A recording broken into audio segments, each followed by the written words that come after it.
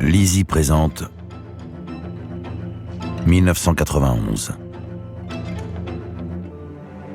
de Franck Tillier, lu par Jérémy Covillo.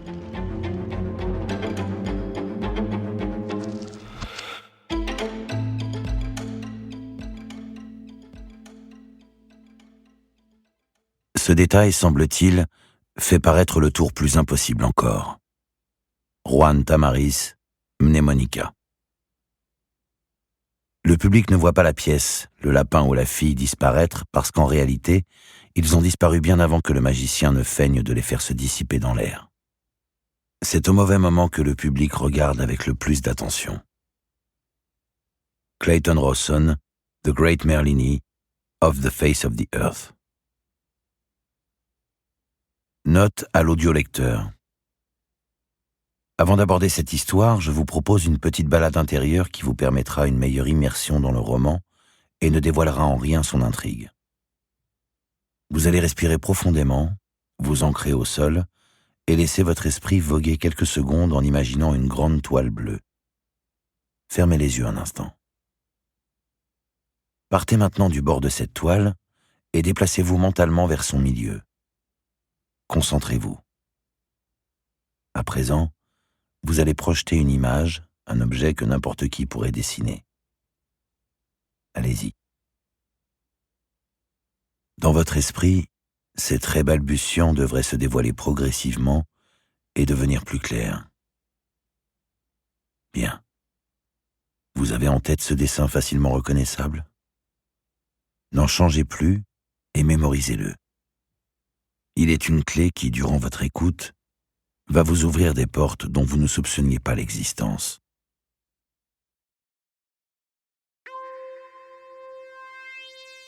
Chapitre 1.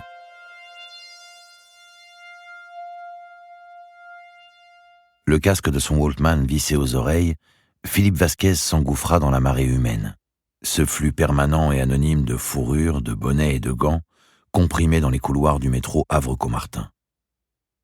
Des airs de musique jamaïcaine s'élevaient au bas des marches, tandis que plus loin, à l'angle du souterrain qui s'élançait vers la gare Saint-Lazare, un homme assis en tailleur jouait du saxophone dans l'indifférence générale. Les abords des Galeries Lafayette grouillaient de monde à 15 jours de Noël. Philippe était lessivé par ses 8 heures quotidiennes à rester debout pour vendre des pulls Benetton. Les cris des marmots, les annonces dans les micros et toutes ces choses qui brillaient au plafond. À 45 ans, il ne supportait déjà plus ce chaos de fin d'année. Et ce soir-là, il n'aspirait qu'à s'allonger sur le canapé devant la dernière séance.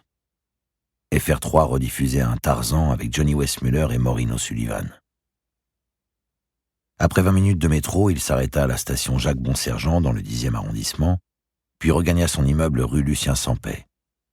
Sa cassette de Gainsbourg à Gainsbar, une compilation rééditée à l'occasion de la mort du chanteur, arrivée en bout de bande, il rangea son lecteur dans son sac et, une fois dans le hall, salua la gardienne.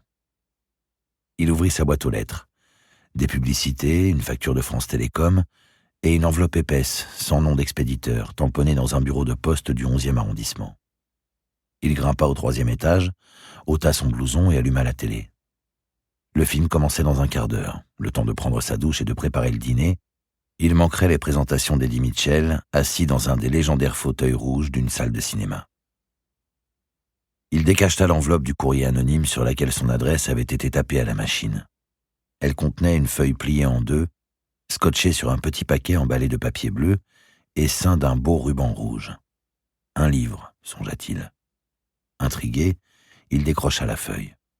« Mon cher Philippe, tu as des points faibles que tu t'appliques à compenser chaque fois que tu en as l'occasion. Pour les autres, tu es la plupart du temps un homme discret, tu sais te contrôler en public, mais au fond, tu es souvent préoccupé et parfois pas très assuré. Tu as besoin d'être aimé et admiré, et pourtant tu es critique envers toi-même. Il arrive que tu te demandes sérieusement si tu as pris la bonne décision ou fait ce qu'il fallait quand il le fallait. Cette fois, il va te falloir faire le bon choix. Je sais que tu es doté d'incroyables facultés intellectuelles auxquelles toi-même tu n'as jamais cru, et je vais t'en donner la preuve. Je t'invite à fermer les yeux et à penser à un prénom féminin. Le premier qui te passe par la tête. Vas-y. Philippe ne baissa pas les paupières, mais malgré lui, Il pensa à Delphine. Il poursuivit sa lecture. Tu y es ? Tu vas maintenant ouvrir ton cadeau. C'est un livre. Il va sans dire qu'un homme tel que toi l'a déjà deviné, n'est-ce pas ? Tu vas te rendre à la page 122 et lire le 14e vers. Ensuite seulement, tu liras l'autre lettre que tu trouveras en fin d'ouvrage. Qui lui écrivait ainsi ? Qui avait pris soin de coller sur ce pli 2 timbres de collection Albertville 92 à plus de 2 francs pièce ? Il observa le paquet. Piqué au vif, il coupa le ruban et arracha l'emballage. Les fleurs du mal. Des poèmes. Il n'avait jamais rien lu de Baudelaire. Depuis quand n'avait-il pas ouvert de livre d'ailleurs ? Celui-là, tout neuf, sentait encore l'encre d'imprimerie. Il feuilleta le recueil jusqu'à la page indiquée, la 122. Le poème s'intitulait « Femme damnée ». À la pâle clarté des lampes languissantes, sur de profonds coussins tout imprégnés d'odeur. Il compta, son regard tomba sur le 14e vers. Delphine la couvait avec des yeux ardents. Philippe se figea comme un enfant ébahi face à un tour incompréhensible. Abasourdi, il se rendit à la fin du livre et s'empara de la seconde lettre. « Tu vois, tu as réussi. À présent que tu te rends compte que tout cela est sérieux, que tu possèdes une faculté que les autres n'ont pas, je vais avoir besoin de ton aide. Une dernière enveloppe t'attend à mon adresse. Madame Escrémieux, 26 bis rue des Rosiers, Paris 4e. Code d'entrée 26 79 54 A. Pour des raisons que tu comprendras bientôt, je ne peux pas la récupérer moi-même, mais toi, il est absolument nécessaire que tu le fasses. Va à ma boîte aux lettres. L'exploit que tu viens d'accomplir n'est rien par rapport à celui que tu réaliseras là-bas. Nous espérons que vous avez apprécié cet aperçu. Pour continuer à écouter ce livre audio sur Google Play Livres, utilisez le lien dans la description de la vidéo.